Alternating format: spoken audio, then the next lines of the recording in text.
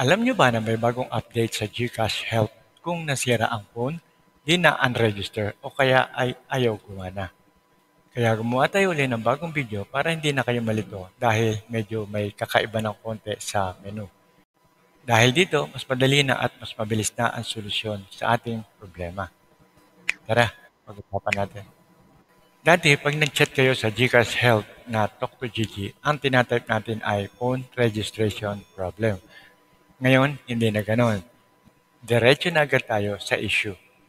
So, how to talk to GCash Help gamit si Gigi. Okay, una-una punta tayo sa ating browser, sa Google browser o kahit na anong browser. Type natin ang GCash Help Center. And then, piliin natin yung GCash Help Center, yung kulay blue na yan. Click lang natin. And then, sa ilalim, makikita nyo yung chat with Gigi. Click natin yan. And then, click natin yung I'm getting the prompt, you already have registered phone. Okay, dati dito sa screen na to, ang ina-enter natin ay phone registration. Ngayon, diretso na. Okay, nasa menu na. And then, did you reinstall your GCash app? So, nag-reinstall ba tayo? Sagutin natin ng hindi, no?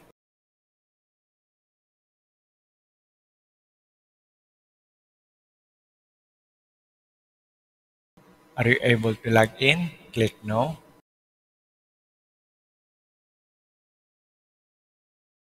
Which best describe your concern? So, tatlo ito sa mga major na problema. Okay? Unang-una, I am using the same phone I registered previously.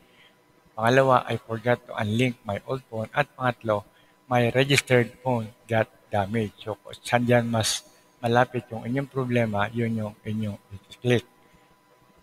So, sa sample natin, ang ilalagay ko ay yung number 3, phone got damaged.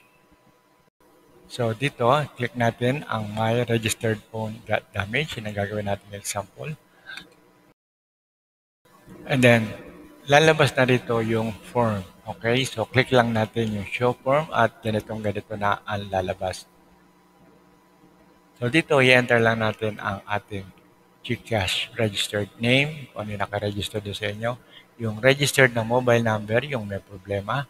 And then yung registered email, kung ano yung ni-register nyo noon. At yung kung ano yung brand ng inyong cellphone na hindi gumagana. Okay? And then upload the following. Okay, so tatlo yung hihingi ni GCash. Unang-una ay valid ID. Ikalawa ay yung selfie na hawak-hawak nyo yung ID. At ang pangatlo ay yung defective na phone. Hinihingi niya rin yan. Okay, dati wala yan. Ngayon meron na. So, need na natin mag-upload ng ID. So, gagawin natin, click natin yung select file.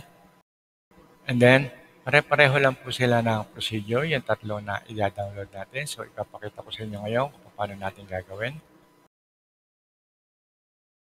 So, ganito natin i-upload yung ating images. Okay? So, unang-una, click natin yung select file, media picture, yan nasa dulo. And then, click natin yung photo, kung ano yung i-upload natin.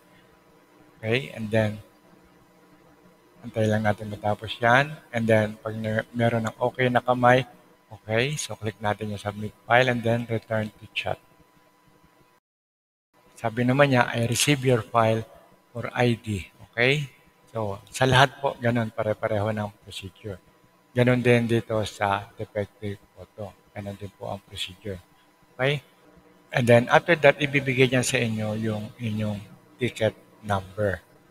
Okay, so here's your ticket number, so and so. For your security, we will be checking your submitted docs. Okay, check your email for reply.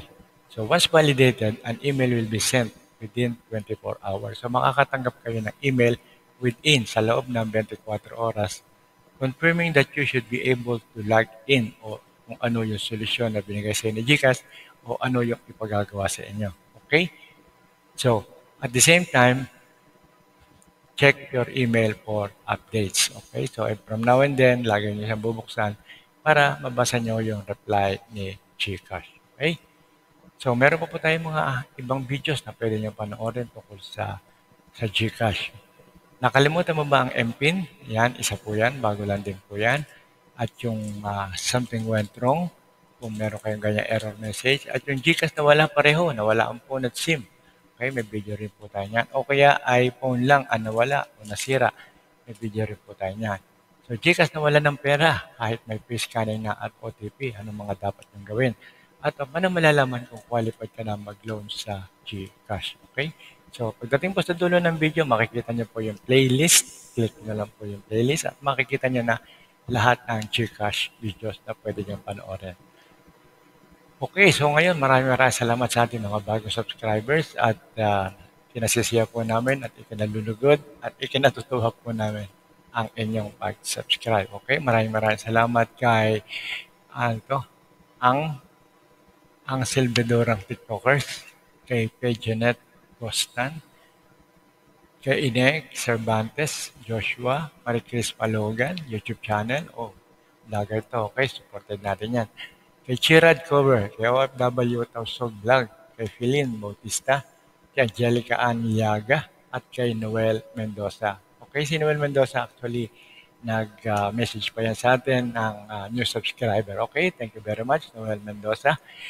And appreciated po lahat ang inyong pag-subscribe. Maraming salamat po mula sa Promag TV. Huwag niyo lang po kakalimutan na mag-subscribe. Like nyo na rin at i-hit nyo na rin ang bell para sa ating bagong mga videos at para maging updated rin kayo. Ikasisiya na rin po namin na thumbs up nyo na ang ating Promag TV FB channel. Okay? So mula po sa Promag TV, maraming salamat po and God bless.